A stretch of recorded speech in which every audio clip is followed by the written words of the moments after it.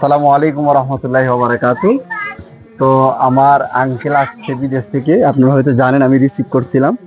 তো আঙ্কেল আজকে আমাদের নানু বাড়িতে বেড়ানোর জন্য আসছে। এখন আঙ্কেল আমার জন্য কিছু জিনিস নিয়ে আসছে।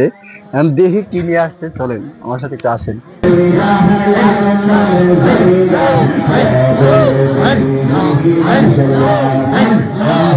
আঙ্কেল, হাই, কেমন আছেন?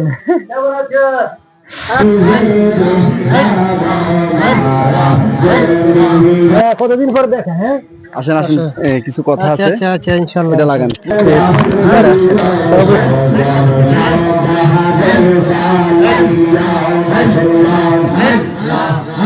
তো যাই হোক, আঙ্কেল আমার জন্য এই মোবাইলটা নিয়ে আসছে। তো অনেক ভালো একটা মোবাইল, দেখে খুব পছন্দ হয়েছে আমার। আর কি নিয়ে আসছেন? এই যে সানগ্লাস নিয়ে আসছি। ওয়াও, খুব সুন্দর, ভাল লাগে না?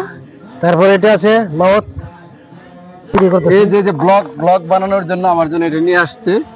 যাই হোক আঙ্কেল, আমি অনেক খুশি, আসলে অনেক হ্যাপি। এটা হচ্ছে আমার 4 নম্বর খালার জামাই। তো উনি দুবাইতে থাকেন, অনেকদিন পরে আসছে। আমি রিসিভ করেছিলাম, তো রাত্র তো আমি ওনার সাথে কথা বলতে পারি নাই।